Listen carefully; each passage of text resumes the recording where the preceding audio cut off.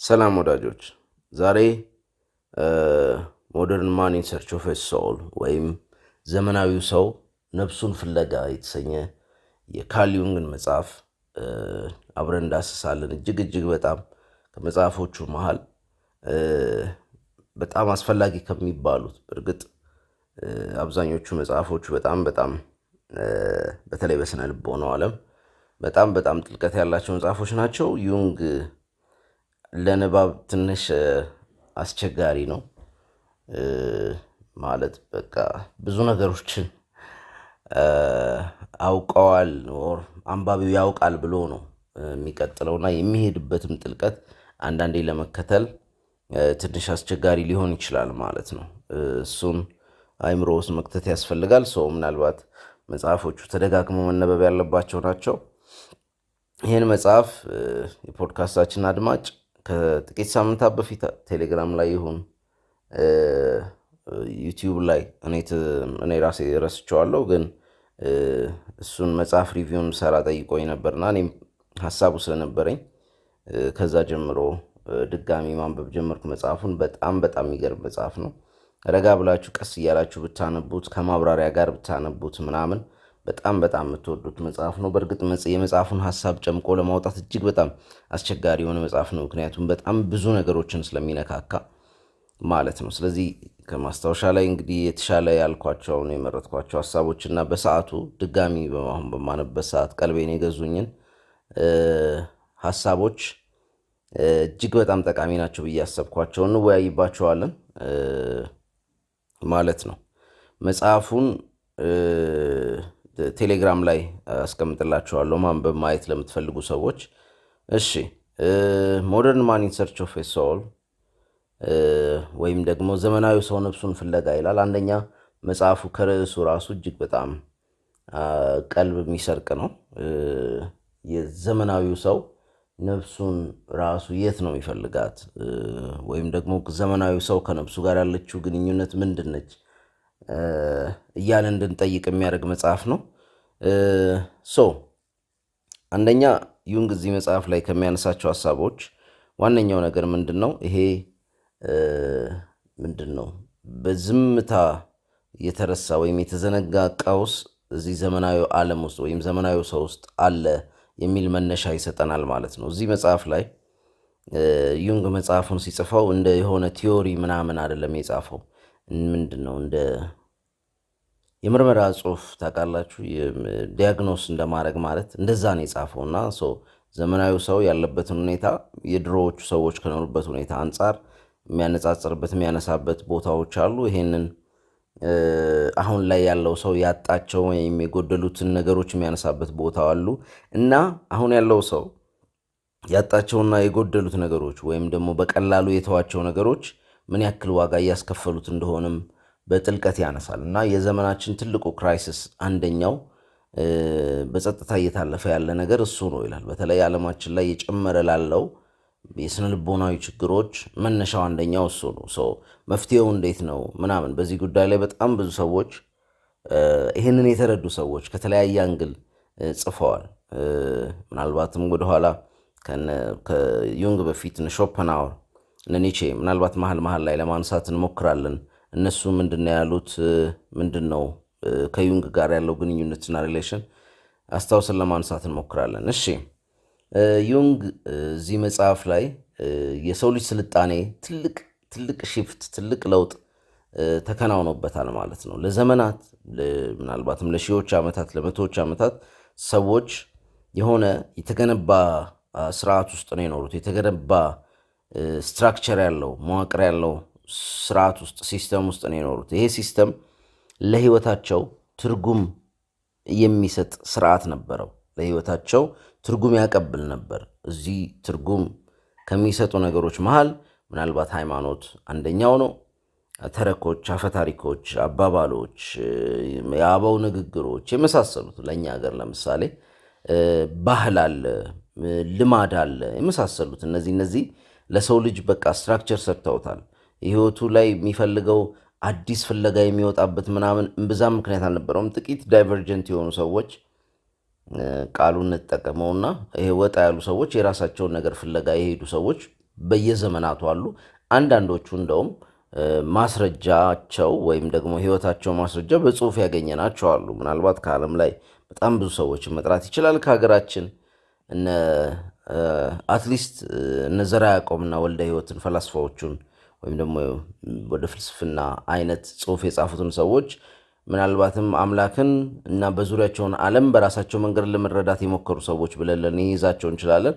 ዓለም ላይም እንደዚህ አይነት ብዙ ሰዎች አሉ። የተቀረው አብዛኛው ማህበረሰብ ግን በተሰራለት ሲስተምና ስርዓት ውስጥ ስለኖረ እንደ አዲስ የራሱን የግሉን ስርዓትና ሲስተም ለመስራት አልተገደደም። ስለዚህ በሰላም ህይወቱን ኖሮ ይሄ ነገር ምን ትርጉም ይሰጣል ምናምን እያለ እያንዳንዱን ነገር ሳይመረምር ሳይጠረጥር ማህበረሰቡ፣ ሃይማኖቱ፣ ባህሉ የሰጠውን ነገር ተቀብሎ ነው የኖረው ማለት ነው።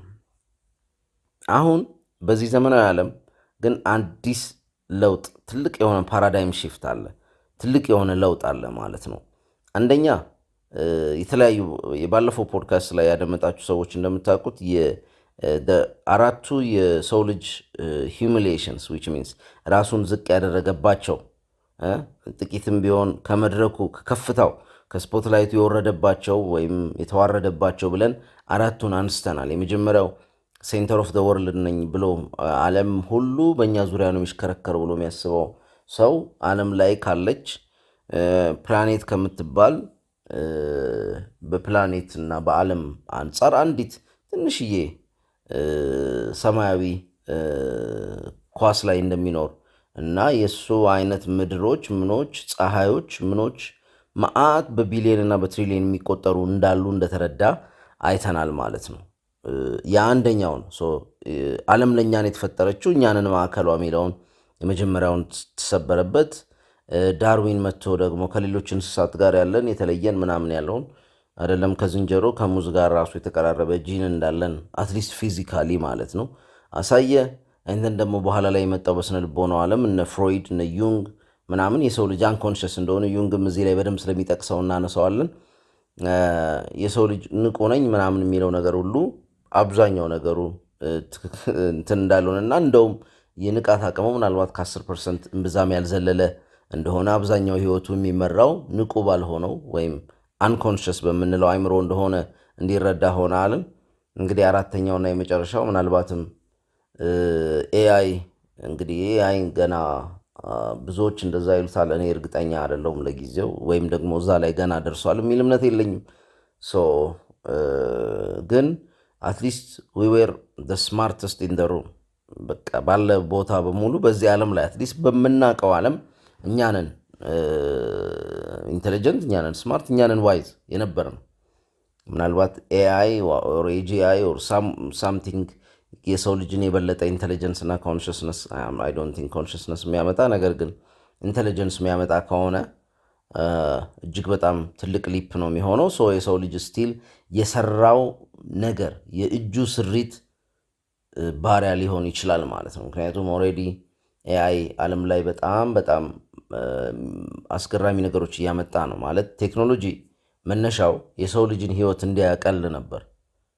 ያ ማለት ምን ማለት ነው? አይ ቲንክ ማን ሲል እንደሰማው አላውቅም። ቴክኖሎጂ የሰው ልጅን እንዲያቀል ማለት እኔ የምሰራውን ስራ ለምሳሌ ልብስ ማጠብ ካለብኝ ልብስ እንዲያጥብልኝና እሱ ልብስ በሚያጥብልኝ ሰዓት እኔ ሌላ ነገር ተጨማሪ የምፈልገውን ስራ እንድሰራ መዝናናትም ከሆነ ስራም ከሆነ እንደዛ ነበር። አሁን ግን እኔ የምሰራውን ገቢ የማገኝበትን ነገር እየወሰደ የሚመጣ ከሆነ ለሰው ልጅ ሳይሆን አሁን ያሉት ቴክኖሎጂዎች እየሰሩ ያሉት በእርግጥ ከዚህ በኋላ እንደዚህ ነው የሚሆነው። ሁላችንም ኤክስፔክት ማድረግ ያለብን እንደዛ ነው።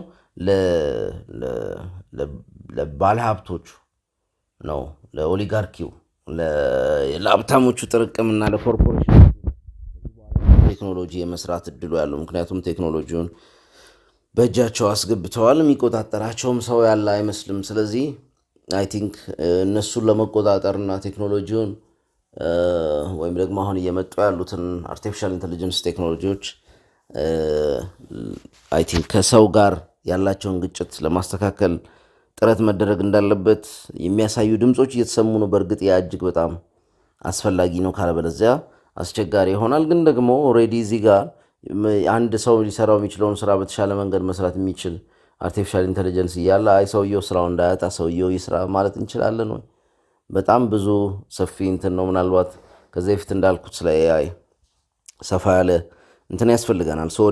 ወደ ዩንግ መጽሐፍ እንመለስ። ኦኬ የዩንግ መጽሐፍ ላይ በዚህ አሁን በምናነሳው መልኩ ዩንግ አንደኛ የታዘበው ነገር ምንድን ነው? ዘመናዊው ሰው ነፍሱን፣ መንፈሱን፣ ማንነቱን፣ የህይወት ትርጉሙን እና ለህይወት ያለውን መዋቅር እያጣ ነው ማለት ነው። በዚህ በሳይንስ በመሳሰለው በዘመናዊነት እንቅስቃሴዎች የሰው ልጅ ምኑን እያጣ ነው? ይሄ እኔ ማን ነኝ፣ እኔ እንዲህ ነኝ የሚለው ማንነቱን ቀስቀስ እያጣ ሰው የተለመደው የኖረው ወላጆቹ አያቶቹ የኖሩበትን የማንነት እንትን በማጣቱ እና ደግሞ ለራሱ ያንን የሚተካ መፍጠር ባለመቻሉ የማንነት ቀውስ እንዲያጋጥመው ሆኗል ማለት ነው። በእርግጥ ብዙ እውቀት አለው፣ ግን ምንም ዊዝደም የለውም። አሁን ላይ ያለን እውቀት፣ አሁን ላይ ያለን መረጃ አያቶቻችን፣ አባቶቻችን፣ ከዛ በፊት የነበሩ ሰዎች ከነበራቸው በሺህ እጥፍ ሁሉ ሊሆን ይችላል ማለት ስለሚመለከትም ስለማይመለከትም፣ ስለ ኢንሴክቱም ባህር ውስጥ ስለሚኖረውም አጠገባችን ባህር ባይኖርም ስላለው ነገር በሙሉ ያለን እውቀት ስለየፕላኔቱ ስለየምኑ አንድ ሰው መካከለኛ የሚባል ሰው ያለው እውቀት ከዚህ በፊት አያቶቹ ከነበራቸው እውቀት በብዙ መቶና ሺህ እጥፍ የተባዛ እውቀት ነው ያለው። ያንን ግን ተጠቅሞ ህይወቱን የሚኖርበት ዊዝደም አለው ወይ? ደስተኛ የሚሆንበት ዊዝደም አለም ወይ? ህይወቱ ትርጉም አለው ወይ ምናምን ስንል አስቸጋሪ ነው። እሱ ጋር ነው ምናልባትም ክፍተት የሚመጣው ማለት ነው። ራሱ ዩንግ ምንድን ነው የሚለን? እሱን ኮት ለማድረግ ያክል much of the evil in this world is due to the fact that man is hopelessly unconscious አሳጥረ ነው ማለት ነው። አብዛኛው እዚህ ዓለም ላይ የሚፈጠረው ክፋት፣ የምናየው በደል ሁሉ የሚሰራው የሰው ልጅ አንኮንሽስ ስለሆነ ነው ይላል። አንኮንሽስ በመሆኑ አንዱ አንኮንሽስ የሌላኛው አንኮንሽስ ተባባሪ የሆነ እና ደግሞ ሜቢ አት ዘ ቶፕ ይህንን ክፋት የሚሰሩ ሰዎች የራሳቸው አጀንዳ፣ የራሳቸው ማኒፑሌቲቭ ናርሲሲስቲክ አቢሊቲ ያላቸው ሰዎች በብዛት በመሪ ደረጃ ይሆናሉ። የተቀረው አንኮንሽስ ደግሞ ያው በምናየው ስርዓት መሰረት ካድሬ የሆነና ይሄንን አምባገነን ያስቀጥላል ማለት ነው። የሰው ልጅ በዚህ ደረጃ በጣም በሚያሳፍር ሌቭል ብዙ ነገር ይታይበታል። ለምሳሌ ራሳችንን መጥቀስ ብዙ ጊዜ አይታየውም ሰው የራሱ፣ የሰው ግን በደንብ ይታያል። በናዚ ጀርመኒ ኦልሞስት አብዛኛው የጀርመን ህዝብ በሚባል ደረጃ ያንን ምናልባት ህዝቡ በዛ ደረጃ የነበረውን ሆሎኮስት ያውቃል አያውቅም ዲቤተብል ቢሆንም፣ ነገር ግን ሰዎች ማግለሉ ላይ፣ ራሱን ከፍ አድርጎ ማየቱ ላይ፣ ሌሎችን ዝቅ አድርጎ ማየቱ ላይ የመሳሰሉት ነገሮች ላይ አብዛኛው የጀርመን ህዝብ ተስማሚ እና የዛ አካል ነበር። ምን ያክል ተረድቶት ነው ምን ያክል እንትን ነው ምናምን የሚለው ነገር ነው እዚህ ጋር ምን ያክል ህዝቡ አንኮንሽስ እንደሆነ የሚያሳየው ማለት ነው። ይሄ ኤቭሪዌር የምናየው ነው። የአፍሪካ አምባገነን መሪዎች እስከ ሀገራችን አምባገነን መሪዎች ድረስ አብዛኛው ሰው ኢቨን የሆነ በሂደት ሰላም ሁሉ ይረሳል። የጦርነት የግጭቱ ሀሳብ ይለመዳል እና እዛ ውስጥ እድሜ ልክ የኖርን እስኪመስል ድረስ ነው የሰላም ትንፋሽ የሰላም ዜና የሚረሳው ማለት ነው እና ኢቨን የሚሰለቸው። ስለዚህ ይሄ ዘመናዊ ሰው ተፈጥሮ ላይ ስልጣኑን ቢያውጅም ወይም ደግሞ ተፈጥሮ ላይ የተሻለ ስልጣን ቢያገኝም ነገር ግን ከራሱ ጋር ያለውን ኮኔክሽን ግን አጥቷል። ስለዚህ አብዛኛው ነገሩ ዘመኑም የማቴሪያሊዝም ምናምን ስለሆነ ፑሽ እየተደረገ የነበረው ያኔ አይ ቲንክ የማቴሪያሊዝም አጀማመር ብዙ ማቴሪያሊስቲክ ነገሮች እየመጡ የነበሩበት ሰዓት ነው፣ መነሻ ነበር። አሁን ላይ ግን ሞር አብዛኛው ነገር ከቁስና ከማቴሪያል ጋር የተያያዘ ነው። አብዛኛውም ሰው ራሱን እዛ ውስጥ ከቦ ነው ያለው። ይሄኛው ያኛው ይሄን መገዛው ያንገዛው መንገዛ ምናምን እያለ ይሄዳል። እንደዛ እያለ መሄዱ በግሉ ምንም ችግር የለውም። ነገር ግን ከራሱ ጋር ያለውን ግንኙነት ያቋርጥበታል። ደስታውን ውጪ ያደርግበታል። ያ የውጭ ደስታ ደግሞ ስሞል ነው ግራቲፊኬሽኑ። አይ ቲንክ ለምሳሌ የሆነ ሰው አይ ቲንክ የሆነ ነገር ሌትሰ የሆነ ስልክ መግዛት ይፈልጋል ምናምን፣ ለስራም ሊሆን ይችላል እኮ ችግር የለውም። ግን በቃ ፍለጋውና ማግኘቱ መሀል ያለው የደስታ ልዩነት እጅግ በጣም ሰፊ ነው። ልክ ሲያገኘው ኖርማል ነው፣ በቃ ተገኘም አለቀ። ምናልባት ሲያጣው ይሆናል ደግሞ ድጋሚ እንትን የሚለው እና እነዚህ ማቴሪያሊስቲክ እንትኖች ለጊዜያዊ ደስታ ይሄ ትንሽ ትንሽ ዶፓሚን እንትን የሚል ነገር እየተከተልን ከዛ ደግሞ አስተዳደጋችን ላይ ማህበረሰቡ ውስጥ የምናያቸው ድራማዎች ላይ አቴንሽን ያለው ዋጋ ሰዎች ሲመለከቱን ሲያዩን ወይ ሲያሞግሱን ወይ ምን ሲሉን ያለውን እንትን ፍለጋ አብዛኛው ነገር ሰው ምንድን ነው የሚያደርገን ወደ ውጭ እንድንኖር እንጂ ወደ ውስጥ እንድኖር አያደርገንም። ያ ኮንፊደንስ አይሰጠንም። የቀን ደስታችን በሰዎች አስተያየትና እይታ ላይ የተመሰረተ ነው። ያ ነገር ራሳችንን እያጣን እንድንሄድ የማድረግ እድሉ እጅግ በጣም ሰፊ ነው። አንኮንሽስ ደግሞ አሁን ይሄ ሰው አንኮንሽስ ነው ሲል ዩንግ አንኮንሽስ መሆኑን ኮምፕሊትሊ መተቸት አይደለም። አንደኛ ትልቁ ስህተት ዘመናዊ ሰው ኮንሽስ እንደሆነ ያስባል። ይሄ ትልቅ ስህተት ነው ማለት ነው። ሆነ ብሎ ፈቅዶ አስቦ ወስኖ የሚያደርግ ነው ይመስለው አይደለም። የፓተርኖቹ የስሪቱ የአስተዳደጉ ምናምን ውጤት እንደሆነ አያውቅም። በጣም አንኮንሽስ ማይንዳችን ባህሪያችንን፣ አመለካከታችንን፣ እይታችንን፣ ስሜታችንን በሙሉ እንደሚገዛ አያውቅም። ሁለቱም አንኮንሽሶች ይህንን የማንነታችንን በቃ ወደ ውጭ የምናሳየውን ነገር በሙሉ ይገዛሉ። ሁለቱም አንኮንሽሶች ስል ፐርሰናል አንኮንሽስ እና ኮሌክቲቭ አንኮንሽስ። በሁለቱ መሀል ያለው ልዩነት ምንድን ነው? ፐርሰናል አንኮንሽስ አንድ ሰው በግሉ ከእድገቱ ጀምሮ በሃይማኖት፣ በማህበረሰብ፣ በምናምን ስፔሻሊ ቤተሰብ ውስጥ ባደገበት በአስተዳደጉ የሚያጋጠመው ትራማና ሻዶ ምናምን ጨምሮ ማንነቱን ክሬት ያደርጋል። አንደኛው ፐርሰናል አንኮንሽስ ነው። ኮሌክቲቭ ደግሞ የጋራ ነው። እንደ ማህበረሰብ፣ እንደ ቤተሰብ፣ እንደ አካባቢ የሆኑ አንኮንሽስ የሆኑ ባህሪዎች፣ ምኖች፣ አመለካከቶች፣ አስተሳሰቦች አሉ። ለዛ ነው የሆነ አካባቢ ህዝብ ተቀራራቢ የምንለው በሆኑ ነገሮች ላይ ጀነራላይዝድ በሆኑ ነገሮች ላይ ተመሳሳይ የሆኑ እይታዎች ሲኖሩት የምናየው ማለት ነው። እሺ ሰው ምንድን ነው ይሄ የሰው ልጅ አንኮንሽስ ነው አለን። ኦኬ ምንድን ነው አንኮንሽስ? እንዴት ነው ህይወታችንን የሚመራው? እንዴት ነው ድብቁ የህይወታችን ሞተር የሆነው ብለን መጠየቅ ይኖርብናል ማለት ነው። እሺ ዩንግ ምንድን ነው ክሌም የሚያደርገው? የዩንግ ስዕሎች መጽሐፎቹ ላይ ማየታችሁ ከሆነ ኮንሽስ ማይንድ ትንሽዬ ቦታ ነው ያለው እና ይህን ንቁ የሆነው አይምሮ ከሰው ልጅ ሳይኪ ከሰው ልጅ አይምሮ ትንሽዬ ቦታ ነው የሚይዘው ማለት ነው። የሆነች ፍራግመንት ነች ማለት እንችላለን። ከዛ እንነሳና ወደ አንኮንሽስ ስንሄድ አንኮንሽስ ብዙዎች እንደሚያወሩት እንደምንሰማው አንደኛ ባዶ አይደለም። ሁለተኛ አንኮንሽስ የተባለው እኔ በማምነው እኛንን ለዛ ነገር አንኮንሽስ እንጂ ያ ነገርማ ለእኛ አንኮንሽስ አይደለም። እንዴት ነው ግራ ላለማጋባት፣ እኛ የኮንሽስ ማይንዳችን ነው ንብረታችን፣ ትንሽዬ ፓርት ነች። የተቀረው ግን ህይወታችንን የምንኖረው አንኮንሽስ የሚባለው አይምሯችን ነው የሚመራው። እያንዳንዱን ነገር፣ እያንዳንዷን ድርጊት፣ እያንዳንዷን የሰውነታችን እንቅስቃሴ አንስቶ እስከ ስሜታችን እስከ ምናችን ሰፊውን ቦታ የሚይዘው አንኮንሽስ አይምሯችን ነው ማለት ነው። ፍራቻችን፣ ፎቢያችን፣ ድንጋጤያችን፣ የስራችን አለመሳካት፣ ፕሮክራስቲኔሽናችን፣ ማርፈዳችን፣ ምናችን ይሄ ሁሉ ነገር አንኮንሽስ ውስጥ ነው ተነስቶ የሚመጣው ማለት ነው። ስለዚህ እዚህ አንኮንሽስ ውስጥ አይምሯችን ውስጥ ላለው ነገር እኛ አንኮንሽስ ነን ወይም አናውቀውም፣ ገና አልተረዳ ነው። በደንብ የተረዳ ነው ስንመጣ እኮ ሞር ኮንሽስ እየሆነ ይመጣል። ሞር ንቁ አይምሯችን ግራውንድ ጌን እያደረገ ይመጣል። ያ ነው እኮ ላይክ መጀመሪያ ኢንተግሬት ለማድረግ ማንኛውንም ይሁን ሻዶ ይሁን ትራማ ይሁን ምን ይሁን መቀየር የምንፈልገው ነገር ይሁን መጀመሪያ ስለ ጉዳዩ ኮንሽስ መሆን መቻል አለብን የሚባለው። ያ ነገር ግን አንኮንሽስ እንለዋለን እንጂ ራሱ በራሱ አንኮንሽስ አይደለም። ለውጭው ዓለም እንደውም በጣም ኮንሽስ የሆነው እሱ ነው። እያንዳንዷን ነገር ነው የሚከታተለው፣ እያንዳንዷን ነገር ነው የሚመዘግበው፣ እያንዳንዷ ጉዳያችን ላይ ነው እየገባ ነገሮችን እንትን የሚለው እጁን እያስገባ ህይወታችንን የሚመራው ማለት ነው። የህይወታችን ሞተር የሚሆነው እንደዛ ነው። ፈራን፣ ለምን ፈራን?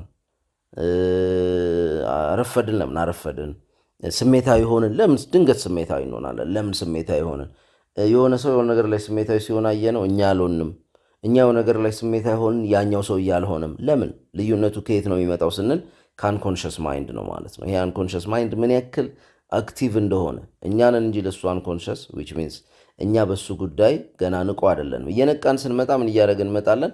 ንቁ አይምሯችን ሞር ግራውንድ ጌን እያደረገ ይመጣል። ሁሉንም ነገር ለንቁ አይምሮ መስጠት ስህተት ነው የሚሆነው። ምክንያቱም አንኮንሽስ እዛ ጋር እኛን ሊያገለግል የመጣው በጣም ብዙ ስራ አለው። እኛ ንቁ አይምሯችንን የሆነ ነገር ላይ ፎከስ ስናደርግ የተቀሩ እኛ የምንረሳቸውን ስራዎች ኦር በዙሪያችን ያሉ ነገሮችን ምን ይለናል ማለት ነው? ያስታውሰናል፣ ይሰራል። ካለማመድ ነው ያለማመድነውን ነገር በሙሉ ባለማመድነው ቅርጽ መሰረት ይሰራል ማለት ነው። ልናሰለጥነው የሚገባ ትልቅ ቱል ነው። እኛ በንቁ አእምሯችን ልንሰራቸው የማንችላቸው ነገሮች መስራት የሚችል ነገር ነው። በጣም ዲፕ ነው። የሰማናቸው እውቀቶችና ሀሳቦች በሙሉ እንጠቀምባቸው ካልን ከአንኮንሽስ አእምሯችን ጋር በመተባበር ነው ልንጠቀምባቸው የምንችለው ማለት ነው። ስለዚህ ይሄ እጅግ በጣም ወሳኝ ነገር ነው። እዚህ አንኮንሽስ አእምሮ ውስጥ የታፈኑ ትውስታዎች፣ ወደ ጎን የተገፉ ፍላጎቶች፣ ውስጣዊ ስሜቶች፣ ደመነፍሶች፣ አርኪታይፖች፣ ደግሞ የስሜታችን ርዝራዦች የተለያዩ በተለያየ ቦታ የጣልናቸውና እንትን ያልናቸው የድሮ ኤክስፔሪንሶቻችን የሚያነሷቸው የተለያዩ ስሜቶቻችን አሉ። ማንነታችን የሚገነባው ማንነታችንን ለማሻሻል፣ ለመለወጥ፣ ለመስተካከል የሚፈልግ ሰው ትኩረቱን ማድረግ ያለበት አንኮንሽስ ማይንዱ ላይ ነው ማለት ነው። ምክንያቱም የድሮ የሆነው ልንለውጠው የምናስበው ነገር ስሩ ያለው አንኮንሽስ ማይንዳችን ላይ ስለሆነ ማለት ነው። ስለዚህ ይሄ አንኮንሽስ አእምሮ ይሰበስባል፣ ተጽዕኖ ያደርጋል፣ ጉዳይ ያስፈጽማል። በዚህ ልክ ረጅም ርቀት መሄድ የሚችል ነው ማለት ነው። ስለዚህ አንደኛ ይሄ አእምሯችንን ዩንግ እንደውም ምንድን ነው የሚለው the psyche is a self-regulating system ነው የሚለው that maintains itself in equilibrium as the body does። ለምሳሌ ይሄ ምን ማለት ነው? ይሄ አእምሯችን ራሱን ባላንስ ያደርጋል ነው። ቦዲያችን ነገሮችን ባላንስ እንደሚያደርገው ቦዲያችን የሆነ ነገር ከበላን፣ የሆነ ነገር ከሆነ፣ የሆነ ነገር ካልተመቸን ብቻ እያለ እንትን እያለ እኛ ፋንክሽን ለማድረግ ስራችንን ለመስራት ለመዋል ለመኖር እንዲያመቸን ባላንስ እያደረገ ይሄዳል ማለት ነው። አእምሯችንም እንደዛው ነው።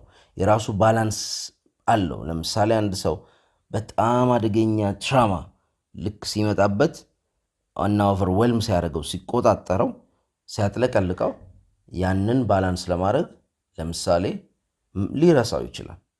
ኮምፕሊትሊ ያ ነገር እንዳልተፈጠረ ንቁ አእምሮ እንዳያስታውስ አድርጎ አንኮንሽስ አእምሯችን አንዱ ጨለማው ጋር ወስዶ ይደብቀው ይችላል ማለት ነው። ምክንያቱም ከአቅም በላይ ስለሆነ ያ መደረጉን ለመቀበል ለውስጣችን እጅግ በጣም አስቸጋሪ ስለሆነ እንደዛ ያደርጋል ማለት ነው። እናም የህይወታችን ላይ የተፈጠረ ነገር እንዳልተፈጠረ ሁሉ እያሰብን ልንሄድ እንችላለን። ለምን? ሰውየው በህይወት እንዲቀጥል እዛ ጋር እንዳይሰበር ማለት ነው። ባላንስ ያስፈልጋል፣ ሬጉሌት ማድረግ ያስፈልጋል ማለት ነው። መቆጣጠር፣ ማከም ያስፈልጋል ማለት ነው። ስለዚህ እንደዛ ነው የሚሆነው። ላይክ በህይወታችንም ስንሄድ አይምሯችን ይህ እንደሚሰራ ነው መረዳት ያለብን። አንደኛው ነገር ምንድን ነው? አንደኛው የሆነ ፓርታችንን ኢግኖር ካደረግነው ሌላኛው ፓርት ኢግኖር ላደረግነው ነገር ኮምፐንሴት ያደርጋል፣ ይደግፋል፣ ወይም ደግሞ ሌላ ነገር ያስገባል ማለት ነው። እና በዛ ሴንስ ነው ኤሌመንታሊ እንትኑን የምናስቀጥለው።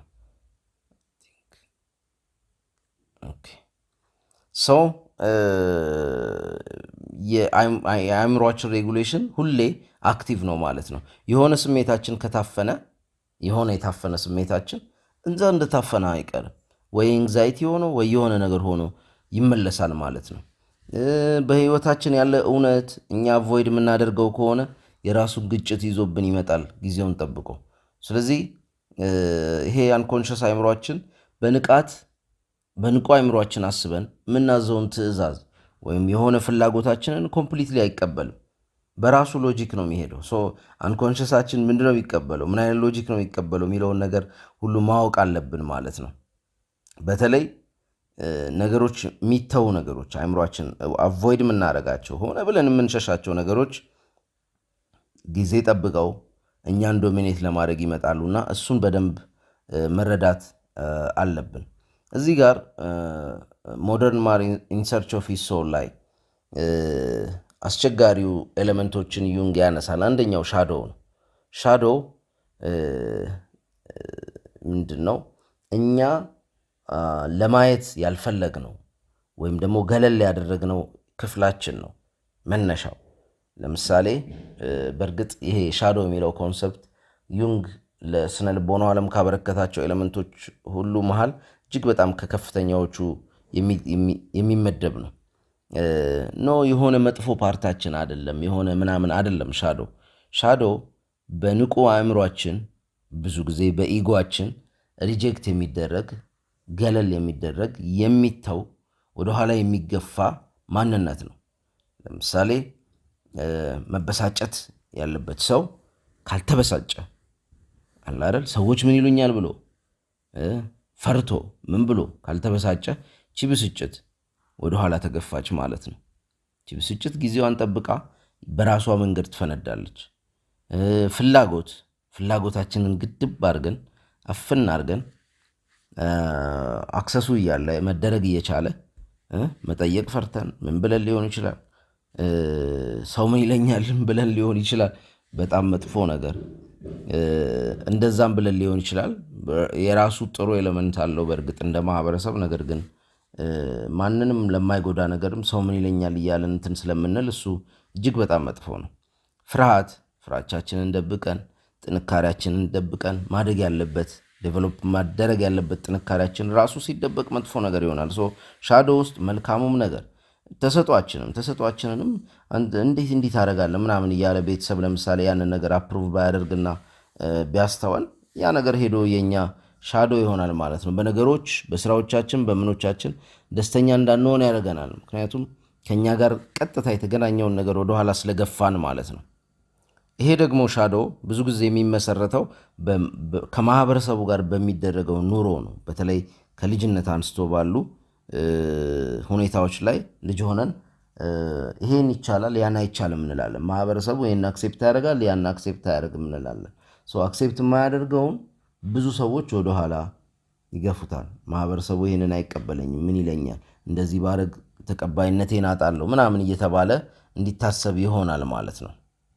ይሄ እጅግ በጣም አስቸጋሪ ነው። ሻዶው ብዙ ጊዜ ፎርም የሚደረገው በዛ መንገድ ነው ማለት ነው። እና ይሄ ወደኋላ የተገፉ ነገሮች ግን አይጠፉም፣ ሻዶ ይሆናሉ፣ ጥላ ይሆናሉ፣ እንደ ብርሃን ማለት ነው። ለምሳሌ ፀሐይኛ ላይ ስታበራ ፊት ለፊት የሚታየው ፓርት አለ፣ በደንብ ብርሃን ያለው። ብርሃን የሌለው ፓርት፣ ብርሃን ማያገኘው ፓርት፣ ንቁ አእምሮ ማያገኘው ፓርት፣ ወደኋላ የተከለለው ፓርት ከጀርባ ምን ይሰራል? ጥላ ያጠላል ማለት ነው። ይሄ ያጠላው ጥላ ነው በኋላ ላይ ኢን ላይፍ ላይ ያስቸግረን የሚችለው ማለት ነው። ሻዶው እጅግ በጣም ያው የሚቀር ነገር ግን አይደለም፣ ኮምፕሊትሊ የሚቀር ነገር አይደለም። ኮንሽስ መሆን ያለብን ኢንቴግሬት ማድረግ ነው ያለብን እንጂ ጥላ ማለት የሆነ ሻዶ መኖሩ የማይቀር ነው። እንደውም ዩንግ በዚሁ በሻዶ ጉዳይ how can I be substantial if I do not cast a shadow? I must have a dark side also if I am to be whole ይለናል ማለት ነው። እኔ እንዴት የሆነ ዋጋ ያለው አስፈላጊ የሆነ ነገር አለ አይደል፣ ሰብስታንስ ያለው ነገር እንዴት መሆን እችላለሁ ጥላ ከሌለኝ ይላል። ማለት የሆነ ቁስ የምንለው ግዘፍ የነሳ ነገር ጥላ ሊኖረው ይገባል እያለን ነው ማለት ነው። እኔ ጨለማ ጎንም ሊኖረኝ ይገባል ምሉእ እንደሆን። አሁን ይህንን ያንገን ያስታውሰናል ማለት ነው። በጥቁሩ ብቻ ወይም በነጩ ብቻ ምሉእ እንደማይሆነው፣ ነገር ግን ውስጣችን ዳርክ ሳይድ እንዳለ የሰው ልጅ ያለንን ኢቭል ራሱ የመሆን አቢሊቲ መረዳትና ማወቅ መቻል ይኖርብናል። መልካም ብቻ አይደለን፣ መልካም ሆነን ተፈጥረን ወይም ደግሞ ሆነን እንትን ብለን አይደለም። በምርጫ ነው መልካም ልንሆን የምንችለው፣ በምርጫ ነው መጥፎ ልንሆን የምንችለው። ሁለቱም ችሎታ እንዳለን የብርሃኑም የሰላሙም ሳይድ የጨለማውም ሳይድ አደገኛውም ሳይድ ቀላሉም ሳይድ መሆን አለብን። ኢቨን ሰዎች የሚያውቁን ሰዎች በጣም ሰላማዊ እንደሆንን ነገር ግን ከተነካና ከተደረሰብን ራሳችንን ማስከበር ባውንደሪያችንን ማስከበር እንደምንችል ማወቅ መቻል አለባቸው በዙሪያችን ያሉ ሰዎች ማለት ነው። እሺ ሶ ሻዶውን ደግሞ ጥላውን የሚክድ ሰው እና የሚሸሽ ሰው የተከፋፈለ ቤት የተከፋፈለ ቤት አይረጋም እንደሚባለው አስቸጋሪ ነው ማለት ነው። ስለዚህ አንስቴብል እንሆናለን፣ የተረጋጋ ህይወት አይኖረንም። ይሄ እጅግ በጣም አስቸጋሪ ነው። ከዛ የተለያዩ ፕሮጀክሽኖች ይኖሩናል፣ የተለያዩ የማይመስሉ አስተሳሰቦች፣ አመለካከቶች ይኖሩናል። ይሄ እንግዲህ በሻዶ ቀስ እያለ የሚፈጠር ነው ማለት ነው። ሞር ኮንሽስ ሆነን ሞር ፓተርኖቻችንን አይተን ሞር ፕሮጀክሽኖቻችንን አይተን ሻዶዋችንን ኢንተግሬት ማድረግ መቻል ይኖርብናል ማለት ነው። ሶ የትኛውም ለውጥ ከመምጣቱ በፊት እንደውም ዳይሬክትሊ ዩንግን ኮት እናርገው we cannot change anything unless we accept it ነው የሚለን። አንድን ነገር ሳንቀበለው ልንቀይረው አንችል። መጀመሪያ መቀበል አለብን፣ አክሴፕት ማድረግ አለብን። ሪያሊቲውን መቀበል በመሸሽ እኔ እኮ እንዲህ አይደለሁም እያልን ያንን ነገር ልንቀይረው አንችልም። ኦልሬዲ እኔ እንዲህ አይደለሁም እያልን እየካድን ግን በግልጽ እና በእውነታው ያንን ነገር ሆነን ነው የምንቀጥለው ማለት ነው። ስለዚህ ይሄ እጅግ በጣም ትኩረት የሚፈልግ ነው ማለት ነው። መቀበል ማለት መፍቀድ ማለት አይደለም። መቀበል ማለት እውነታውን ማመን ነው፣ ያለንበትን ቦታ መቀበል ነው እንጂ ያንን ነገር መፍቀድ ወይም እንዲቀጥል ፍቃድ መስጠት አይደለም። ይሄ እጅግ በጣም እንትን ማለት አለብን። ይሄ ምክንያቱም የዘመናዊ ዓለም ይሄ በጣም ተደጋጋሚ የሆነ ራስን የማሻሻል የለውጥ ምናምን ይላል እና ብዙን ጊዜ እንደዚህ ለውጥ ምናምን ሲባል ራሱ ሻዶ የሚፈጥር ለውጥ ነው። አብዛኛውን ጊዜ ብዙ ሰዎች ለውጥ የሚያደርጉት ፖዘቲቭ ላይ ያተኩር ምናምን። ያኛውስ እንዴ ያኛውም እኮ ተረድተ ነው ገብተ ነው ከዛ ጋር ያለን ሪሌሽንሽፕ አስተካክለን ነው እኮ ያ ራሱ መሄድ ያለበት እንጂ ዝም ብለን ፖዘቲቭ ላይ ስላተኮርን ኔጌቲቭ አይጠፋም ወይም ይሆን አይሰወርም። የባሰ ሻዶ እያደረግነውና የባሰ ራሳችን ለሁለት እየከፈልን እንሄዳለን ማለት ነው። ሶ የሆነ ክፍተታችንን የሆነ ድክመታችንን ለመሸፈን ስንል የሆነ ድክመታችንን ደግሞ እናፍናለን፣ የሆነ ስትሬንግዛችንን ለማውጣት ስንል። ይሄኛው ደግሞ የተለያየ ማንነት እየኖረን እንዲሄድ ያደርጋል ማለት ነው። ምክንያቱም ያ የታፈነው ወደኋላ የተገፋው የተለውጫለው ፖዚቲቭ ነገር ነው ማስበው ምናምን እያለን የምናመጣው ነገር ህይወታችን ላይ የራሱን ጫና እያሳደረ ያመጣል ማለት ነው። ምክንያቱም ማንኛውም ቅድም እንዳልነው ሪጀክት የተደረገ ወደኋላ የተገፋ ነገር አንኮንሽስ ሆኖ ተመልሶ ስለሚመጣ ማለት ነው። ስለዚህ ይህን እጅግ በጣም በደንብ ማየት አለብን። ብስጭታችንን፣ ፍራቻችንን፣ አይምሯችን ውስጥ ያሉትን ግጭቶች፣ ድብቅ ፍላጎቶቻችንን ሳይቀር መቀበል መቻል አለብን። እኔ እኮ እንደዚህ አይደለሁም ይለናል አንዳንድ ሰው ደጋግሞ እዛ ቦታ እየሄደ ደጋግሞ ያን ነገር እያደረገ።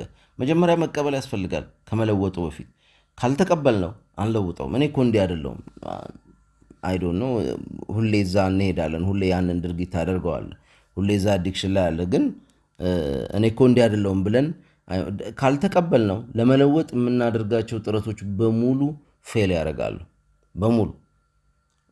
ወይም ደግሞ ያንን የተደበቀ ያንን ለምሳሌ አዲክሽን ቢሆን ማስተርቤሽን ምናምን አዲክሽን ያለበት ሰው ቢሆን እኔ እኮ ማስተርቤሽን ሳይኪውን ስለሚጎዳው እንደዛ ማሰቡ ያው ማህበረሰብ ውስጥ ያለው ነገር ጉዳዩን እንዳይቀበለው ስለሚያደርገው ነው የባሰ በዛ አዲክሽን ውስጥ እየተጨማለቀ እየሄደ የሚሄደው ማለት ነው።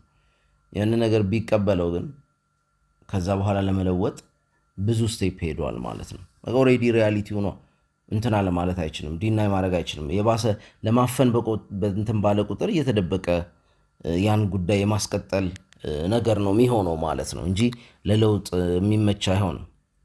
ስለዚህ ከሻዶ ጋር ያለን ሪሌሽንሽፕ በደንብ ማወቅ አለብን ማለት ነው። አንደኛ ነገሮችን ለመለወጥ ስናስብ በጣም ትኩረት አድርገን መጠቀም ያለብን ራሱ ዩንግ ምን ይላል? the shoe that fits one person pinches the other። አንድን ሰው ፊት የሚያደርገው ጫማ ሌላውን ሰው ይጠበዋል ወይ እንትን ይለዋል ወይ አይመቸውም። የአንዱ ሰው ጫማ ለአንዱ አይሆንም። ለአንዱ የሰራ ነገር ለአንዱ እንደሚሰራ እርግጠኛ መሆን አይቻልም። ኢቭን አሁን በዚህ በቴራፒው ምናምን ጀነራል የሚባሉ ነገሮች አሉ የጋራ የምንላቸው ማለት ነው። እንደ ምግብ፣ እንደ መጠጥ፣ እንደ መጠለያ፣ እንደ ልብስ የጋራ የምንላቸው ነገሮች አሉን። የሚያስፈልጉን ልጅነት፣ ወጣትነት አንሉ አይደል? ኮመን አርኪታይፕስ አሉን፣ ኮመን ዌዮች፣ መንገዶች አሉ። ነገር ግን በግላችን ስለምንጓዘው መንገድ ስናስብ የጋራ የሚባል ነገር እምብዛም የለንም። በተለይ ቅድም ዳይቨርጀንት ምናምን ላልኳቸው ሰዎች የሚሆን ማለት ነው። ለተቀረው ግን መነሻዎቹ የጋራ ሊሆኑ ይችላሉ። መንገዱና ሁኔታው፣ ማንነቱ፣ ባህሪው የመሳሰለው ግን የራሱ ልዩነት አለው። የራሱ ዲቬት የሚያደርግ ነገር አለው። ስለዚህ በዚህ በቴራፒ ፕሮሰሱ ራሱ በጣም ከተለያዩ ሰዎች ጋር አንደኛው ኢንዲቪጁዌሽን ሌቭል ላይ ስንደርስ ይሄ እንትኑን ጨርሰን የፓስት ትራማውን ሻዶውን ምናምን ጨርሰን ፕሬዘንትሊ ያሉትን ሻዶ ፕሮጀክሽንስ ምናምን የተለያዩ ሚስኮንሰፕሽንስ የተለያዩ የተሳሳቱ አስተሳሰቦች ምናምን አስተካክለን ጨርሰን ወደፊት ደግሞ ምን አይነት ማንነት መፍጠር ያለብን ብለን ወደ ኢንዲቪጁዌሽን እየገባን ስንመጣ ዋነኛው መጀመሪያ ማድረግ ያለብን ነገር ራሱን ግለሰቡን ነው የምናጠናው። ምን አይነት ሰው ነው ኦር ምን አይነት ሰው ነች? ምንድነው የሚያስፈልጋት? ቋሚ የሆኑ ማንነቶቿ ምንድናቸው? ጥንካሬው ምንድነው? አንድ ሰው እዛ ጥንካሬው ላይ ነው ማንነቱን መገንባት የሚኖርብን። ኢንዲቪጁዌት ማድረግ ያለበት አንድ ሰው በጥንካሬው ነው እንጂ በድክመቱ አይደለም። በጥንካሬው ላይ ተነስቶ የሚሰራ መሰረት ከውስጡ ጋር የሚገናኝ ነገር እጅግ በጣም ሞር ፋውንዴሽናል የመሆን አቅም ስላለው ማለት ነው። እና ይህንን ትኩረት አድርጎ መስራት ይቻላል። እሺ ዘመናዊ የሚባሉት ሲስተሞች የሰው ልጅን የሆነ አንድ አይነት ነገር ሊሰጡት ይሞክራሉ። ይሄ ነው አሁን ግጭቱ። አንደኛው ስታንዳርዳይዝ ይሆናል። በቃ ትምህርት ነው፣ ስራ፣ ከዛ ማንነት፣ ከዛ እንትን፣ ከዛ ይሄ የሆኑ በቃ ይሄ በሶሻል ሚዲያ የሚመጣውን ነገር በሙሉ እንደ ትክክለኛ ነገር ወይም ደግሞ ለሁሉም ወጥ እንደሆነ ነገር የመቀበል ነገር ይኖራል ማለት ነው። ስለዚህ እያንዳንዱ ግለሰብ ዩንግ የሚለዋል ሁላችንም ማወቅ ያለብን ነገር እሱ ነው። ዩኒክ የሆነ የራሱ የሆነ ስነ ልቦናዊ መዋቅር ነው ያለው። እሱን መከተል እና እሱን በርብረን ማግኘት ራሳችንን ከማወቅ ጋር ቀጥተኛ የሆነ ግንኙነት ነው ያለው ማለት ነው። ስለዚህ ውስጣዊ ግጭታችንን ውስጣዊ አመለካከታችንን ምናምን ለማከም የምንጠቀመው በሱ ነው ማለት ነው።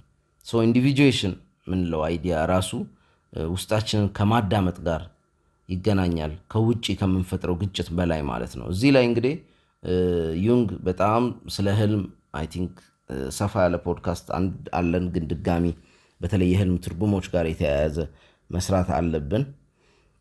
በጣም በተደጋጋሚ የማየው ከህልም ጋር ያለ የተሳሳተ አመለካከት አለ። ህልምን እንደ ተራ ነገር እንደ ቀላል ነገር የማየት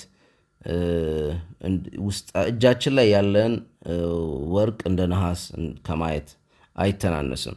ህልማችን እኛም በደንብ ይገልጸናል። አንኮንሸሳችን ውስጥ ምን እየተመላለሰ ያለ ነገር እንዳለ ይገልጸናል። ነፍሳችን ላይ ምን እንዳለ ይነግረናል። አሁን በቅርብ ያዳመጥኳቸው ህልሞች አሉ።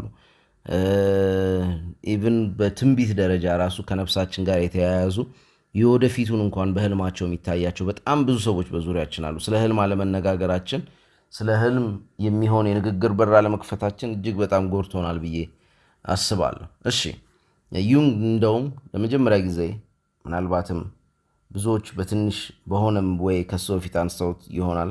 መቼም እኛም ሀገር ስለሚታመንበት ህልም ዋጋ አለው ስለሚባል ለመጀመሪያ ጊዜ ህልም ዋጋ አለው ያለው እሱ አይደለም። ነገር ግን በዚህ ደረጃ ለህልም ትልቅ ቦታ ሰጥቶ በተለይም ከሳይኮሎጂ አንጻር አንኮንሽስን አክሰስ ከማድረግ አንጻር በጣም በጣም ትልቅ ቦታ ይሰጠዋል ማለት ነው። በዚህ በቴራፒውም ላይ ህልም በጣም ትልቅ ቦታ የምንሰጠው ነገር ነው። ዩንግ እዚሁ መጽሐፍ ላይ ምን ይለናል? ድሪምስ ጊቭ ኢንፎርሜሽን አባውት ዘ ሲክሬትስ ኦፍ ዘ ኢነር ላይፍ። ህልም ስለ ውስጣዊ ዓለማችን ሚስጥሩን ይነግረናል። የውስጣዊ ዓለማችንን ሚስጥር ወይም ያለበትን ቦታ ያለበትን ሁኔታ ይነግረናል። ህልም እንዴት ሲምቦሊክ እንደሆነ ማለት የትኛውም ፊልም የማይደርስበት ሌቭልስ ኦፍ ሶፊስቲኬሽን የሚያሳይ በተለይም ደግሞ ይሄ ሲምቦሊክ የሆነ አይደል አንድን ነገር በሆነ በተምሳሌታዊ ነገር እያሳየ የሚሄድ ነገር ነው። መፍታት ብንችል ወይም ደግሞ መፍታት የሚችል ሰው ቢገጥመና በደንብ እናዳምጠው በጣም የሚገርም ነው። እሱን የሚያሳዩ ከምሳሌዎች ጋር የተያያዘ ፖድካስት አይ ቲንክ በቅርቡ እንሰራለን። እሺ ይሄ ነው ህልም። ውስጡ እኛ የቱ ጋር እንዳለን አንደኛ የምናውቅበት አንኮንሽሳችን ምን ውስጥ እንዳለ፣ ምን እንደሚያሳስበው፣ ምን እንደሚያስጨንቀው የሚገጥመን ነገር ሁሉ ካለ መጠቆም የሚችል ገና ተጠንቶ ያላለቀ ነገር ነው የሚል እምነት ነው ያለኝ እኔ። ዩንግ ስለ ህልም እንደዚህ ይለናል። The dream gives a true picture of a subjective state which the conscious mind denies that this state exists ይለናል። ይሄ ህልማችን ከኛ ጋር ቀጥታ የተያያዘ ከማንነታችን ከውስጣዊ ማንነታችን ጋር ቀጥታ የተያያዘ ምስል ይሰጠናል ማለት ነው። ይህንን ምስል ብዙውን ጊዜ ንቁ አእምሯችን ዲናይ ያደርገዋል፣ አይቀበለውም፣ ወይም ደግሞ ምናልባትም አለመረዳትም አለና ንቁ አእምሯችን የማይቀበለውን ግን ውስጣችን ያለውን ሪያሊቲ በደንብ የሚያሳየን ህልም ነው ማለት ነው። ስለዚህ ያንን ደግሞ ቅድም እንዳልነው ዲናይ በማድረግ ሪጀክት በማድረግ በመተው በማግለል ወደኋላ በመግፋት ምንም የምንጠቀመው ነገር የለም የባሰ ሌላ ሻዶ ከመፍጠር ባለፈ ሻዶችን ኢንተግሬት ለማድረግ እንደውም ከህልማችን ጋር ከውስጣዊ ዓለማችን ጋር ያለን ግንኙነት በደንብ መረዳት አለብን። ይሄ የሰው ልጅ አፈታሪኮቹን፣ ሪቹዋሎቹን፣ ጥንታዊ ህልም አፈታቶቹን ምኖቹን እየተወ ሲሄድ በዙሪያችን አሁን ህልም የሚፈታ ሰው ማግኘት እጅግ በጣም ሬር ነው። አያቶቻችን ምናምን በነበሩበት ጊዜ እኔ ስለ ህልም በደንብ ኖርማል የቤተሰብ ወሬ ላይ ከሌክትኮ እንደዚህ ህልም አይታ እንደዚህ ህልም አይቼ በጣም የሚገራርሙ ህልሞች የሚሞቱ ትልልቅ ሰዎችን ቀድሞ ያዩ ሰዎች አይቻለሁ እኔ በቤተሰቤ። ህልሞቹ ራሱ በጣም ይገርሙ ናቸው ምናምን እነሱ ተናግረው በሆነ ጊዜ ውስጥ ያ የተባለው ታላቅ ሰው ሲሞት ምናምን አይተናል። አንኤክስፔክትድሊ ማለት ነው። ሌሎች ነገሮች ምናምን እና ኖርማል እንትን ላይ እኔ ህልም አይቼ ምናምን ልጅ እያለሁ ራሱ ሳድግ አባቴ እንደሱ ይለኝ ነበር ምናምን እንደዚህ አይነት ህልም አይቻለሁ ይህን ሰሞን ተጠንቅቅ ሊለኝ ይችላል። ኦር እንደዚህ ብቻ እሱ ያየውን በገባው መንገድ ተርጉሞ ቤተሰቦቻችን የድሮ ሰዎች እንደዛ ያዩ ነበር። አሁን ላይ ባሉን ኮንቨርሴሽኖች የሚነሳ አይደለም። እሱን ነገር ወደ ኮንቨርሴሽን መመለስ አለብን። ዲፕሊ ሲምቦሊክ በጣም በጥልቀት ተምሳሌታዊና ሪች የሆነውን በብዙ ነገር የተሞላውን የህልም ዓለም እየተውነው እየመጣን ነው። እሱን ወደ ህይወታችን ለማምጣት የሆኑ ስራዎች ይፈልጋሉ። ከህልሞቻችን ጋር ድጋሚ በተለይ በዚህ በሳይኮሎጂ በደንብ መተዋወቅ አለብን። እነዛን ስራዎች መስራት ይኖርብናል። ህልሞቻችንን እርስ በርስ መነጋገር፣ መተርጎም ምናምን መልመድ ይኖርብናል ማለት ነው። ምክንያቱም ድሮ ኮመን ኮንቨርሴሽን የነበረ ነገር አሁን ኮምፕሊትሊ ከኮንቨርሴሽን የጠፋ ነገር እየጠፋ ያለ ነገር ህልም ነው። ብዙ ሰው የሚያየውን ህልም ለዙሪያው ላለው ሰው አጠገቡ ላለው ሰው መንገርም እፍረትም አለው። ምክንያቱም ህልሞች በባህሪያቸው አንዳንዴ የሚገለጹበት መንገድ አስቸጋሪ ነው። የሆነ ጓደኛችሁን በህልማቸው አይታችሁት ህልም ግን ለዚህ ዓለም አቀፋ ለእኛ ለምንኖርበት የውጭው ዓለም ይሉኝታዎች አንዳንዴም ብዛም ግድ ስለሌለው ነገሮችን የሚያሳይበት መንገድ ለመንገር የሚያስቸግር ሊሆን ይችላል። ግን ቢሆንም ህልሙ መፈታት ትርጉሙ መታወቅ መቻል ይኖርበታል ማለት ነው። ዋናው እየሄድን መጽሐፉ ላይ ዩንግ መጽሐፍ ላይ የምናገኘው በደንብ በቃላት ብናስቀምጠው የትርጉም ማጣት ነው። የነገሮች ትርጉም ማጣት። ስለ ትርጉም በደንብ ፖድካስት ሰርቻለሁ። በደንብ እንድታዩት ከምፈልገው ፖድካስት መሀል አንዱ ነው። ስለ ትርጉም የህይወት ትርጉም አይደለም ራሱ ስለ ነገሮች ስላለን ትርጉም የነገሮች ትርጉም ማጣት ብዙ ሰዎች ከፍተኛ የሆነ ዲፕሬሽን ውስጥ በህይወታቸው ብዙ ነገሮች ትርጉም ማጣት ማለት ዋጋ ማጣት ነው። አንድ ሰው በህይወቱ ቤተሰቡ ዋጋ ያጣል፣ ስራው ዋጋ ያጣል፣ ልፋቱ ዋጋ ያጣል። ከዛ በኋላ እሱ ራሱ ግለሰቡ ራሱ ዋጋ ያጣል፣ ወርዙ ዜሮ ይገባል። ከዛ በኋላ በህይወት ለምንድን ነው የሚቀጥለው የሚል ጥያቄ ይመጣል ማለት ነው። መጀመሪያ ትርጉም ነው የሚያጣው። ትርጉም ካጣ ኦልሬዲ ዋጋ እንዳጣ መገመት ይኖርብናል። ትንሽ ጊዜ ነው። ሃይማኖቱ ትርጉም ያጣል፣ ከዛ ዋጋ ያጣል። ቤተሰቡ ትርጉም ያጣል፣ ከዛ ዋጋ ያጣል። ስራው ትርጉም ያጣል፣ ከዛ ዋጋ ያጣል። እያለ ይሄዳል ማለት ነው። ኢኮኖሚው፣ ኑሮው፣ ቤተሰብ፣ ልጅ ትርጉም ያጣል፣ ከዛ ዋጋ ያጣል። ልጅ መውለድ መጀመሪያ ትርጉም ያጣል፣ ከዛ ዋጋ ያጣል። እያለ በህይወታችን ዋጋ ሊኖራቸው ዋጋ ልንሰጣቸው ኢቭን ዋጋ ልንከፍልባቸው የሚገቡ ነገሮች መጀመሪያ ትርጉም ያጡና በኋላ ዋጋ ያጣሉ። ግን ትርጉም ሲያጡና ዋጋ ሲያጡ እነሱ ብቻ አይደሉም ዋጋና ትርጉም የሚያጡት፣ እኛ ራሳችን ነን። የመኖራችን የኤግዚስተንሳችን ምክንያቶች ናቸው እነዚህ።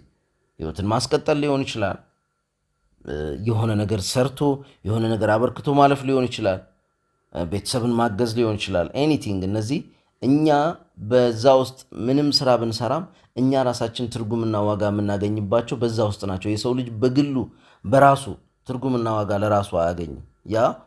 ያ ራሱ ትርጉምና ዋጋ የሚያገኝበት መንገድ ስራ ይፈልጋል። ወደ ውጪ ነው። አንድ ሰው ተሰጥኦ ካለው ለሌሎች ሰዎች በመስጠት ውስጥ ነው ተሰጥኦውን ኤክስፕረስ የሚያደርገው። ሙዚቃ ቢችል ለራሱ እየዘፈነ አይዝናና። ትንሽ ነች ነው። ነገር ግን ለሌሎች ሰዎች በሚሰጥበት ሌቭል የሌሎች ሰዎችን ምናልባትም ህመም እስከ ማከም የሚደርስ አቅም ነው የሙዚቃ ተሰጥኦ ማለት ነው። ስለዚህ ያ ተሰጥኦ የተሰጠን እንድንሰጠው ነው። ያንን ደግሞ ማውጣት ካልቻለን በውስጣችን ያሉ ነገሮች፣ በዙሪያችን ያሉ ዋጋ ሊኖራቸው ትርጉም ልንሰጣቸው የሚችላቸው ነገሮች እያጣን ስንመጣ መጠንቀቅ አለብን። በህይወታችን ውስጥ ነገሮች አንድ በአንድ ትርጉም እያጡ እየወደቁ ሲመጡ ህይወታችንን ዞር ብለን ቆም ብለን ማየት መቻል ይኖርብናል። ያ ምክንያቱም ትልቅ ኪሳራ ስለሚሆን፣ ምክንያቱም የዘመናዊው ሰው ህይወቱ ውስጥ ዋጋ ያላቸውና ትርጉም ያላቸው ነገሮች እየቀነሱ በመምጣታቸው አቅጣጫውን አያውቅም፣ ወዴት እንደሚሄድ አያውቅም። አንኮንሽስሊ ነው የሚጓዘው እና ደግሞ ከሆነ ነገር ጋር ጥልቀት ያለው ኮኔክሽን የለው። ከሆነ ነገር ጋር ጥልቀት ያለው ኮኔክሽን ሊኖረን ይገባል። ህይወታችንን አንከር አድርጎ መልህቅ ሆኖ ጥብቅ አድርጎ የሚይዘን ነገር ምንድን ነው? በህይወታችን በጣም ትልቅ ቦታ የምንሰጠው ነገር ምንድን ነው? ድሮ ሰዎች ቤተሰብ ምናምን ይላሉ፣ ኦር የሆነ ተሰጥኦ ያላቸውን ነገሮች ኦር ሀገር ኦር የሆነ ነገር ምናምን ብለው ለዛ ነገር ላይ እንትን ይላሉ። የህይወታቸው የሆነ ትርጉም አልባ አይደለም፣ አቅጣጫ አልባ አይደለም። ምን እንደሚሰሩ በየቀኑ 10 አያስቡም ወይ እንዴት እንደሚሄዱ አያውቁም። ስለዚህ ይሄ ሃይማኖት አላቸው፣ መንገድ ይሰጣቸዋል፣ አቅጣጫ ይሰጣቸዋል፣ ማንነታቸውን የሆነ ቦታ ያስቀምጠዋል። በዛ ውስጥ ራሳቸውን ያጽናናሉ፣ ራሳቸውን ያክማሉ፣ ሄደው ሃይማኖት ቦታቸው ላይ ያለቅሳሉ፣ ያርፋሉ፣ ይታደሳሉ ማለት ነው። አሁን ላይ ግን ያለው ትውልድ ያንን ነገር እያጣ ነው ማለት ነው። የእምነቶች መሳሳት፣ የእምነቶች መዳከም ግለሰቦች ያለምንም ጋይዳንስ፣ ያለምንም መሪ፣ ያለምንም አቅጣጫ እንዲቀሩ ያደርጋቸዋል ማለት ነው።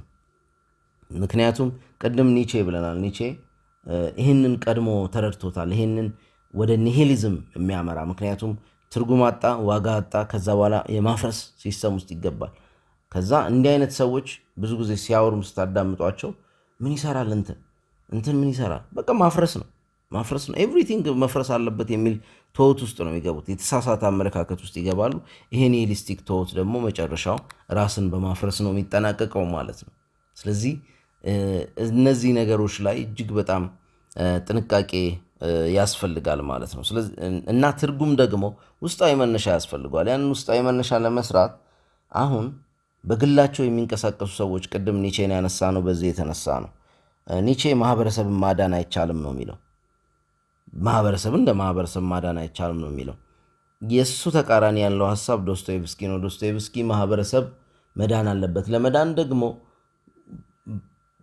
መሰረትና አቅጣጫ ፕሮቫይድ ለሚያደርግለት ጋይዳንስ ፕሮቫይድ ወደሚያደርግለት እሱ ያው በሰዓቱ የራሻን ኦርቶዶክስ ነው፣ ወደ ሃይማኖቱ መመለስ አለበት፣ ወደ ኦርቶዶክስነት፣ ወደ የሃይማኖት ጉዳይ እንደ አያቶቻችን እንደ በፊቱ በጣም ከፍ ባለ ደረጃ በዛ መንገድ መሄድ ያለብን፣ ካለበለዚያ ማህበረሰብ አይድንም ባይ ነው። ማህበረሰብ ለመዳን ሃይማኖት ያስፈልገዋል ነው የሚለው። ኒቼ ደግሞ ግለሰብ ነው ሊድን የሚችለው።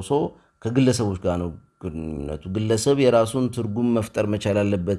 የበፊቱ ትርጉም ስለፈረሰ ስለወደቀ ሰው ደግሞ ያለ ትርጉም ጤናማ ህይወት መግፋት ስለማይችል ወደ ቅድም ወዳልነው የማፍረስ ወደ ኒሂሊስቲክ ተወቱ ስለሆነ የሚሄደው ኦሬዲ ሊፈርስ የዘመመውን ጥሎ፣ ምክንያቱም የዘመመው ላይ የራሱን መስራት ስለማይችል ኦሬዲ ሊወድቅ የተንጋደደውን ጎጆ ቤት አፍርሶ አዲስ የራሱን ቤት አዲስ የራሱን ትርጉም መስራት አለበት ነው የሚለው። አሁን ኒቼ የሚለው ሀሳብ ገዢ ነው፣ ግን ገዢ የሚሆነው ለጥቂት ሰዎች ነው። ጥቂት ሰዎች ናቸው የራሳቸውን ትርጉም መስራት የሚችሉት። ከ10 ሰው አንድ ሰው አይሆንም እንደዛ መስራት የሚችል። ምናልባት ከመቶ ሰው አንድ ሰው ካገኘን፣ ሁለት ሰው ካገኘን በጣም ብዙ ነው። የተቀረው ሰውስ ሁላችንም ራሳችን ኔት ውስጥ ነው የምንከተው። ሁለተኛ ብዙ ምስራቅና ምዕራባዊም ራሱ መንገዶች እንደዚህ በራሳቸው መንገድ ለሚሄዱ ሰዎች ፕሮቫይድ የሚያደርጉበት ወይ አላቸው፣ አስተማሪዎች አሏቸው። ምስራቅ ስትሄዱ ዮጊዎች አሉ፣ ጉሮዎች አሉ። መካከለኛው ምስራቅ ሱፊዝም የሚባል በጣም የሚገርም ሙቭመንት ነበረ። ፍልስፍናዊ ነው፣ ሀሳባዊ ነው። ሚኒንጉን በተለያየ መንገድ እያመጣ ሞር ስፒሪቹዋል የሆነ ኤለመንት አለው። ክርስትናም እንደዚ አይነት ኤለመንት ነበረው። አይ ቲንክ አብዛኛውን ወደኋላ ጨርሶ እና ቀብሮ ነው የመጣው። እሱ ትንሽ ጉዳት አለው እውነት ለመናገር። ሚስቲካል የሆነውን ነገር ፍለጋ ሰዎች ወደ ገዳምና ወደ ተለያየ ቦታ እንዲሄዱ የሚገደዱት በዛ የተነሳ ነው። መምህራን አሏቸው ብዙዎቹ። በኖርማሉ ግን አሁን ባለንበት እንትን በዛ ደረጃ ግለሰቦችን፣ ዳይቨርጀንት የሆኑ ሰዎችን፣ የራሳቸውን ሚኒንግ መስራት የሚችሉ ሰዎችን የሚያስተምርና የሚመራ ወይም መንገድ የሚያሳይ ሰው የለንም። እሱ እንግዲህ ራሱ ያለ ክፍተት ነው። እንደዚህ አይነት ደረጃ ላይ ያላችሁ ሰዎች ያንን ጋይዳንስ ፕሮቫይድ የሚያደርጋችሁ ሰው ማግኘት መቻል ይኖርባቸዋል። ጥቂት ሰው ነው ደግሞ በግሉ ደግሞ ያንን ማምጣት የሚችለው። በጋይዳንስም ከመጣ አሪፍ ነው። በግላችንም ደግሞ መታገል ይኖርብናል። ምለው ማለት በሰው ብቻ የሚመጣ ነገር አይደለም። የህይወት ውስጥ ትርጉም ምንድን ነው? አሁን ዩንግ ከኒቼም ከዶስቶቭስኪም ምናምን እያለ አይሄድም። አንደኛ ዩንግ ወደ ባህላዊ ሃይማኖት ተመለሱም አይልም፣ አትመለሱም አይልም። እንደዛ አይነት እንትን የለውም። አንድ ነገር ግን ይላል እሱ ኦልሬዲ ሳይኮሎጂካሊ ነው ሪሊጅኖቹንም ምኖቹንም የሚያያቸው ቴዎሎጂካሊ አይደለም። እና ምንድን ነው የሚያነሳው? አንደኛ ትርጉም ከውስጥ መምጣት አለበት ይላል፣ ከውስጣችን። ስለዚህ ከውስጣችን እንዴት ነው የሚመጣው የሚለውን ነገር ለዛ ነው ጋይዳንስ ያስፈልጋል ያልኩት። ይሄ እጅግ በጣም ከባድ ነገር ነው፣ ቀላል ነገር አይደለም። በጣም ስራ የሚጠይቅ በጣም ኢንተሌክት የሚጠይቅ በጣም ብዙ ስራ የሚጠይቅ ነው። አንዳንዴ የሆነ እድሜያችን ላይ ከደረስን በኋላ ወደኋላ ተመልሰን ለመስራት የምንሞክረውም ነገር አይደለም። እንደው ከልጅነት የራሳቸውን ሚኒንግ የሚሰሩ ሰዎች ኦልሬዲ ባይናው የሆነ ያክል ርቀት ሄደዋል፣ ከ25 ዓመታቸው በኋላ ማለት ነው። ከዛ በኋላ አይጀመርም እያልኩ አይደለም፣ ግን ዲፊከልት የሆነ ታስክ ነው። የራሱ አስቸጋሪ ኤሌመንት አለው እና ኢትስ ላይክ ዎኪንግ ኦን ዘ ኤጅ፣ የፎቅ ጠርዙ ላይ እንደመጓዝ ነው። 10ኛ ፎቅ ላይ ወጥታችሁ አናቱ ላይ ቴራሱ ላይ ጠርዙ ላይ እንደመጓዝ ነው።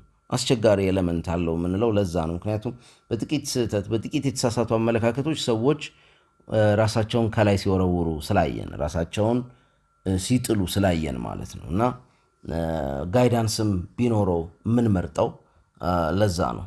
ስለዚህ ይሄ ከኤክስፔሪንስ ከምናምን የሚመጣ ነገር ነው። ነገር ግን ትርጉሙ ደግሞ ግዴታ ነው፣ አስፈላጊ ነው። ደስተኛ ለሆነ ኑሮ፣ ሰላማዊ ለሆነ ኑሮ፣ ዋጋ ላለው ኑሮ፣ ትርጉም ላለው ኑሮ መነሻው ትርጉም ነው። ካለበለዚያ ትርጉሙ ሲጠፋ በጣም ከፍተኛ ጭንቀት፣ ረፍት አልባነት፣ ዲፕሬሽን፣ የባዶነት ስሜት በጣም ብዙ ሰዎች ጋር ያለ ነው አሁን ላይ። ይሄ የነገሮች የባዶነት ስሜት እጅግ በጣም አስቸጋሪ ነው።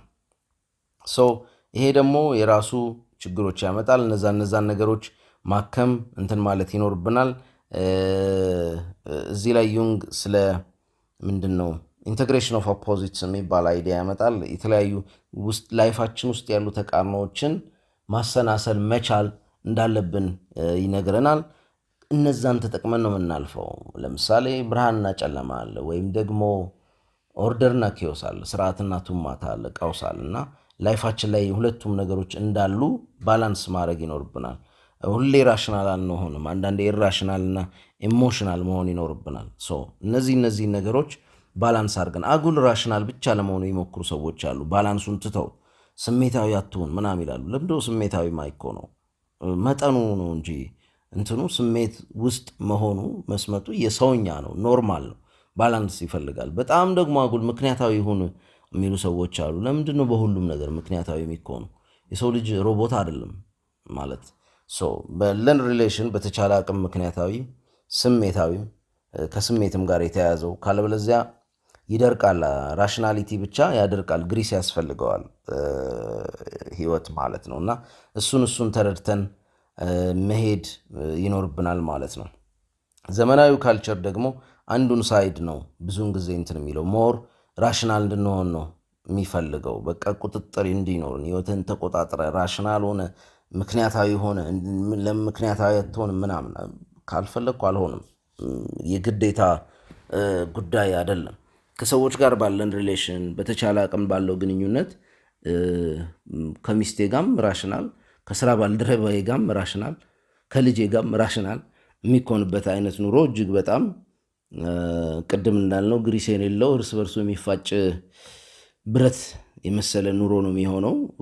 ዋጋ እያጣ ትርጉም እያጣ ነው የሚሄደው ማለት ነው አጉል ራሽናል ለመሆን በሚደረገው ጥረት ውስጥ። እሱን እጅግ በጣም በጥንቃቄ መያዝ አለብን። በስሜት በመሳሰለው ነገር የሚያዘውን መያዝ፣ ምክንያታዊነት የሚያስፈልገውን ቦታ ደግሞ ባላንሱን መጠበቅ ያስፈልጋል ማለት ነው። ይሄ ለኢንላይትንመንት ለንቃት ለለውጥ የምናደርገው ጉዞ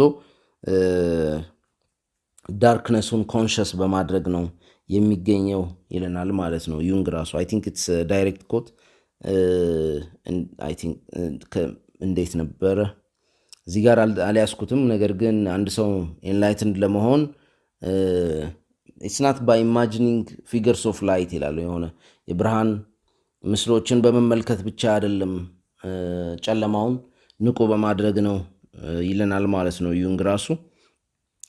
ኮንሽስነሳችን እነዚህን ነገሮች ለማምጣት የራሱ ሪስፖንሲቢሊቲ አለው።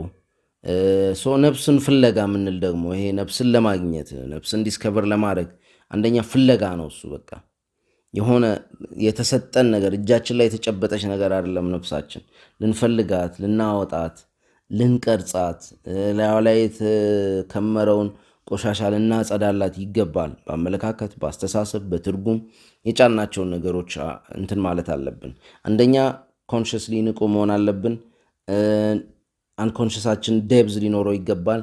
ስሜታዊ ኑሮ ሞር ከራሽናሉ ይልቅ አሁን ነፍስን ፍለጋ የሚደረገው ጉዞ ላይ ሞር ስሜትና ተምሳሌታዊ እንቅስቃሴዎች የተሻለ ቦታ አላቸው። ስለዚህ መጽሐፉ እጅግ በጣም ዲፕ ነው። ከዚህም በላይ ብዙ ሀሳቦች ያነሳል። ሞር እነዚህ ከኛ ጋር ከምናስበው ነገር ጋር ሬዞኔት ያደርጋሉ።